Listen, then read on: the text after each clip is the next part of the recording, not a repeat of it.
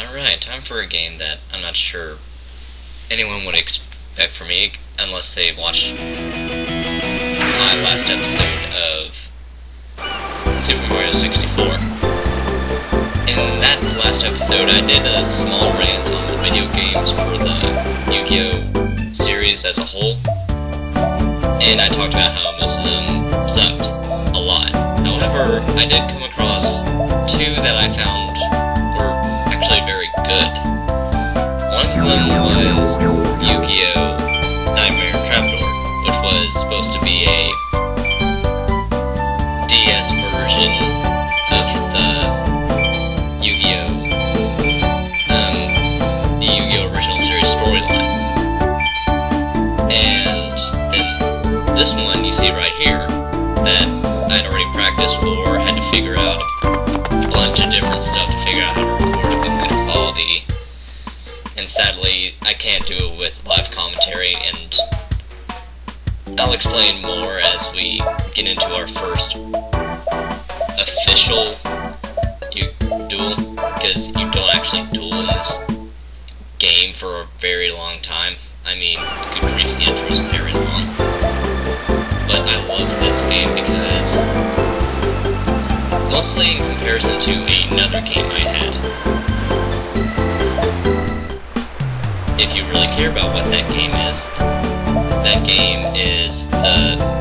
Yu-Gi-Oh! GX Duel Academy for Game Boy Advance. That game, well, it's kind of a part of my childhood, so I can't slam on it too much, but it did so many things wrong compared to these later games, especially this one. This one did what I think Platinum did to Diamond, and took the good ideas that it had, multiplied by 10,000, have like one or two problems on its own, as separately that the other one did better, and just overall blew the other one out of the water.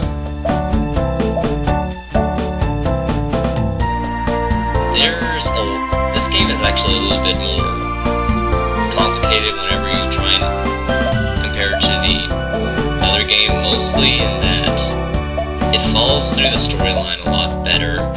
It has much more custom stuff. And then the Duelist Radar. When I first played this game, I had no clue what the crap that thing was, but it makes sense whenever you see it in action. I actually had to watch somebody use it because I had no clue what the heck was going on. I didn't bother to read the Duelist Radar like a good person. And here I just kind of showed the list. There's the card list out of every single card in the game. There's uniforms, you can get different discs, different uniforms. You have different titles you can go by. So I chose to go by that. You also saw there's the deck, there's recipe, which, again, 100,000 times better than what Yu-Gi-Oh! GX Duel Academy had you go through. And more cutscenes. So I can continue talking about this game.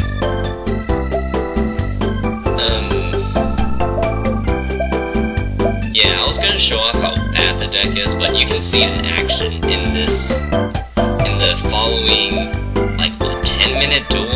Duels are not supposed to be 10 minutes long, but I got very unlucky for multiple reasons, as you'll see, and I'll probably explain, because I'm a strategy guy. That's why I'm into the Yu-Gi-Oh! Series as a whole, and this is why I like Generation 2 Yu-Gi-Oh! Cards the best, more than 5Ds, more than, well, they're coming up with a new series now, but I have no clue what its name is. And the reason I like this series more is actually a combination of a couple of factors. The biggest being the cards and the strategies you can use with the cards, as well as, I guess I could say games that came out with it, and the cartoon show. I mean, everyone slams on the cartoon show. There's a bridge series about it. I've actually watched all of the episodes of the original one myself, just to figure out what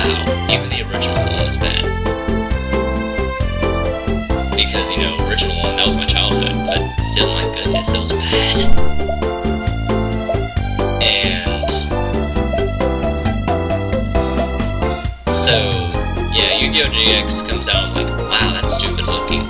But then it kind of grows on. The show kind of grew on me. I ended up liking the show. But again, guess what? Watched all the episodes in English, because I'm not going to watch those Japanese, English, subtitled episodes. From what I heard, they were really bad anyway, because they weren't localized well. Or at all. You get the point.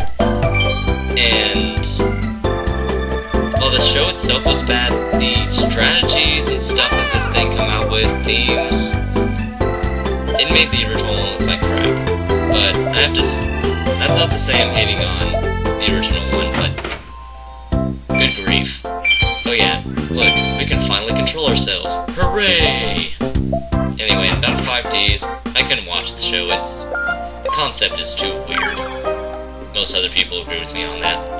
Yeah, that's how you use the duelist radar. You just kind of wave your stylus around, or in my case, the mouse. And eventually you'll come across the duelist. And Cyrus... Oh my, Cyrus. At this point in the game, Cyrus will destroy you if you aren't lucky enough. And as this... not even 10-minute, 12-minute duel will show you, I got very unlucky and still somehow made it.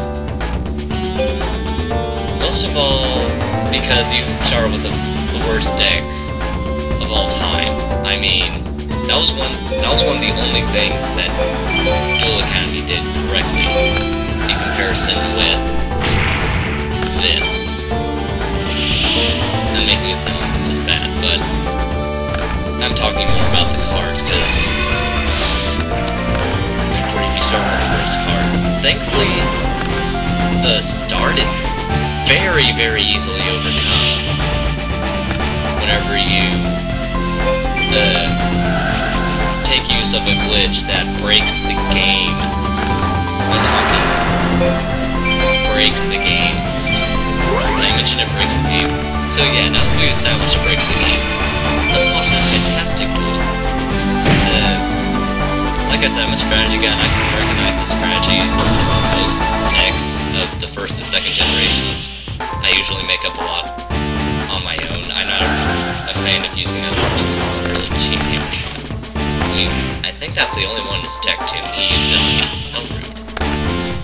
Like if you saw back there was the silent fiend to bring back a dead monster that can't, well, not dead.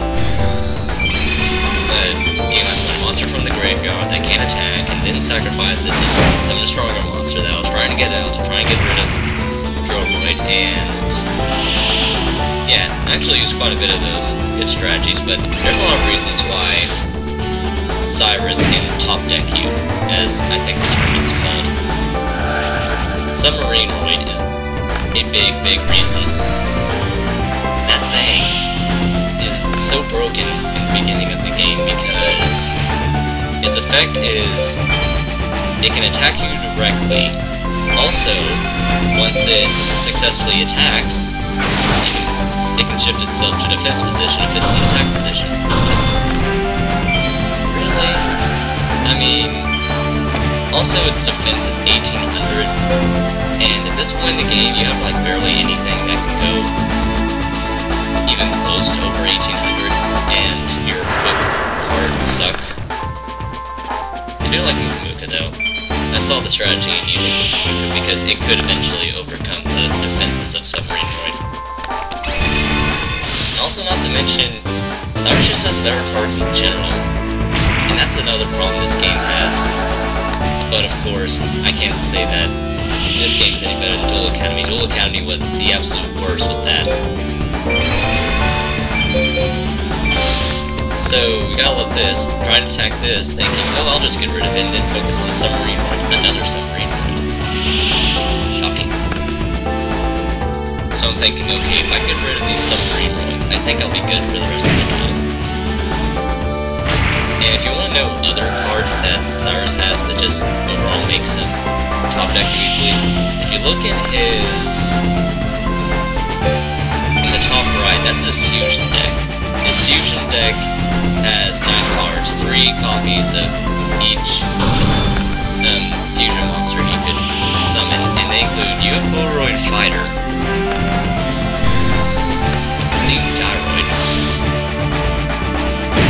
worst cards in duel monsters are the fact that 2 cards that make up it really good effects. It has no effect, so I mean, come on. And if I remember correctly, it's super big with Jumbo Drill.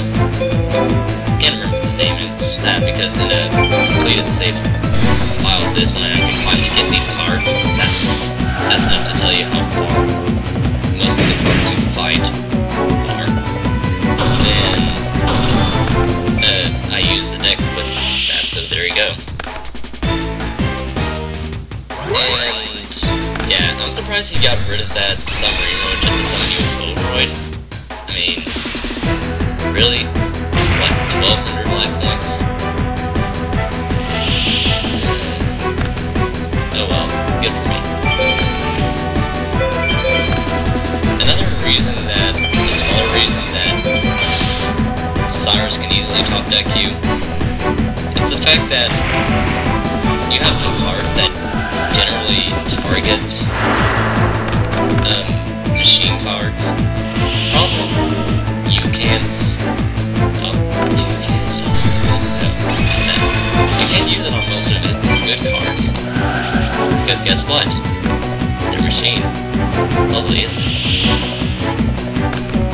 Well, I meant to say generally target monsters that aren't machines. Sorry, my bad. I'm doing all this off fly. Oh yeah, I loved how Negate Attack, one of the only few good cards in this deck, was able to make it rid of that last submarine, right? But still.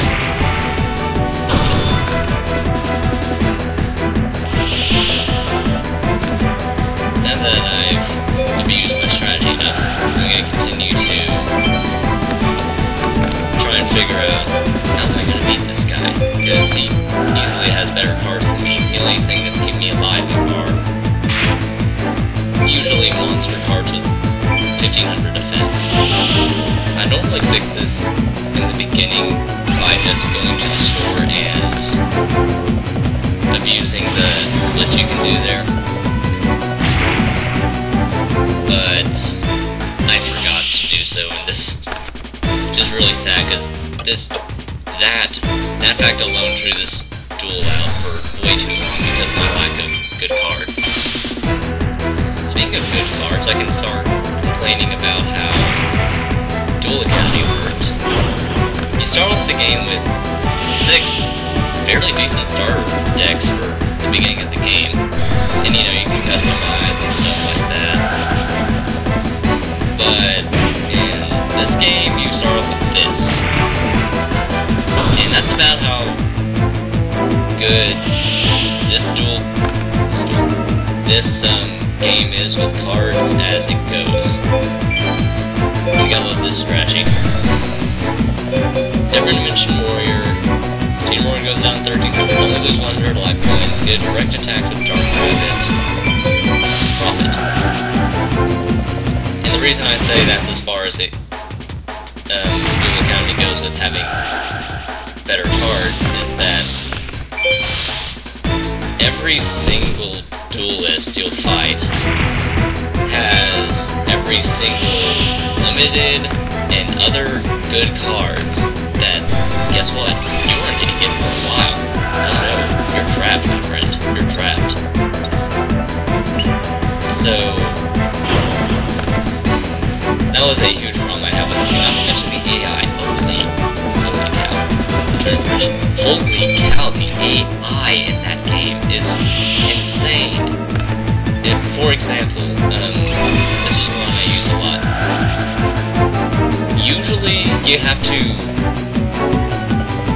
Usually you would think that an opponent would attack a face-down monster, like they do in this game, you know? That's good programming. No, in that game, they will not attack your face-down monster if they believe that it won't be helpful to them.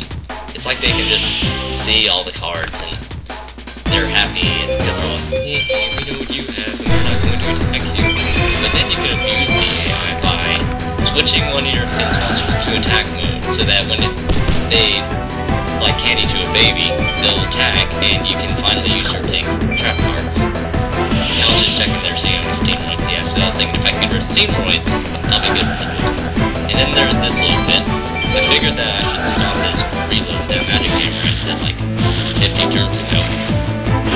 Because I knew that he was trying to get rid of a crappy hand, and I needed him to keep that crappy hand or else I'd be done for.